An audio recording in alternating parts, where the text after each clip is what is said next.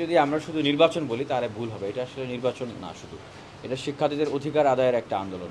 নির্বাচন নিয়ে শঙ্কা বলতে গেলে আবারও সেই একই কথা বলতে হয় যে, যেই বড়, বড় শক্তি যারা আসলে এই নির্বাচনটাই হোক এটা চান নাই, এটার বিরোধিতা করেছেন।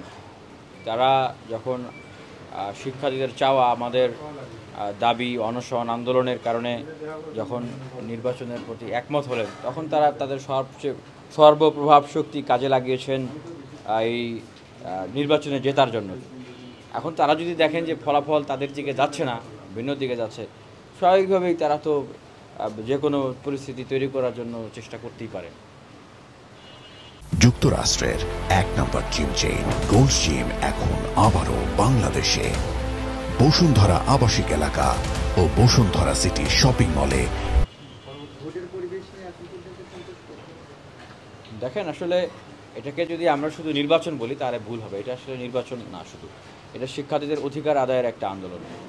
এটা যদি শুরু থেকেই বিশ্ববিদ্যালয় প্রশাসন বা বড় বড় শক্তির বলয়গুলোর প্রভাব না থাকতো, 11 মাসে একটা নির্বাচন শেষ হয়ে আরেকটা নির্বাচন হতো। সুতরাং এটা আপনাদেরকে বুঝতে হবে যে এই নির্বাচনটা একটা একটা আন্দোলন, সোজা কথা। যে এই নির্বাচন একটা আন্দোলন, একটা নির্বাচন শিক্ষার্থীদের আদায় করে নিতে হবে, প্রভাবমুক্ত, নিরপেক্ষ, সুন্দর নির্বাচন। এবং এর ভিতর দিয়ে শিক্ষার্থীরা তাদের প্রকৃত বন্ধুদেরকে যেন বের করে নিয়ে আসতে পারেন, যারা অতীতে তাদের পাশে ছিলেন, সাথে ছিলেন, এবং আগামী দিনেও তারা শিক্ষার্থীদের সাথে থাকবেন, পাশে থাকবেন।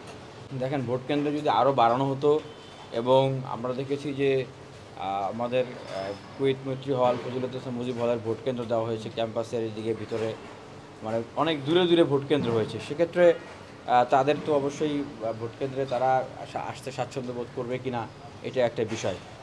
এবং বাইরে থেকে যারা আসবেন, যদি লম্বা লম্বা লাইন হয়, তাহলে তারা আসলে কতক্ষণ সেখানে দাঁড়িয়ে থাকবেন, সেটা তো একটা বিষয়।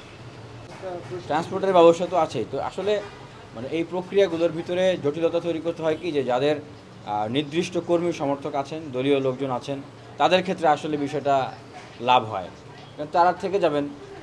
আর অন্যরা যদি ক্লান্ত হয়ে বা বিরক্ত হয়ে বা ক্ষুব্ধ হয়ে বা ভয় পেয়ে যদি চলে যায়, তাহলে তো তাদের জন্য ভালো।